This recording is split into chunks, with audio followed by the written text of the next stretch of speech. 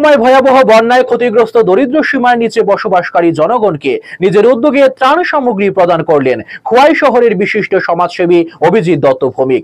খোয়াই মহকুমার পশ্চিম গড়কি, সোনাতলা, জামিরা, মরা নদী সহ ইত্যাদি অঞ্চলের বহু দরিদ্র অংশের মানুষের মধ্যে নিত্য প্রয়োজনীয় সামগ্রী বিতরণ করেন তিনি। অভিজিৎ দত্ত ভৌমিকের এই ধরনের সমাজসেবামূলক কাজে দারুণ খুশি বিভিন্ন এলাকার দুর্গত মানুষজন। উল্লেখ থাকে, এর আগেও বিভিন্ন সমাজসেবামূলক কাজ করেছেন অভিজিৎ দত্ত ভৌমিক। ছাত্রছাত্রীদের পড়ালেখার ক্ষেত্রেও যদি কোনো ধরনের অসুবিধা হয় তাহলে তিনি এগিয়ে এসে তাদের সাহায্য করেন।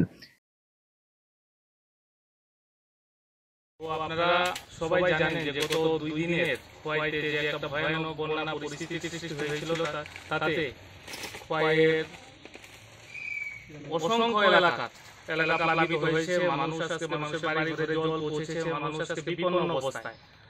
বরাবরের মতোই বিশিষ্ট সমাজসেবী যিনি সবসময় বিভিন্ন মানুষের সাহায্যে এগিয়ে আসেন, অভিজিৎ দত্ত ভৌমিক, উনি আজকে আমাদের পশ্চিম গড়কি গ্রাম পঞ্চায়েত এলাকার কিছু সংখ্যক মানুষকে, বন্যাপীড়িত মানুষকে উনি যথাসম্ভব গুণগত মান ভালো রেখে ত্রাণ সামগ্রী উনি দিয়েছেন।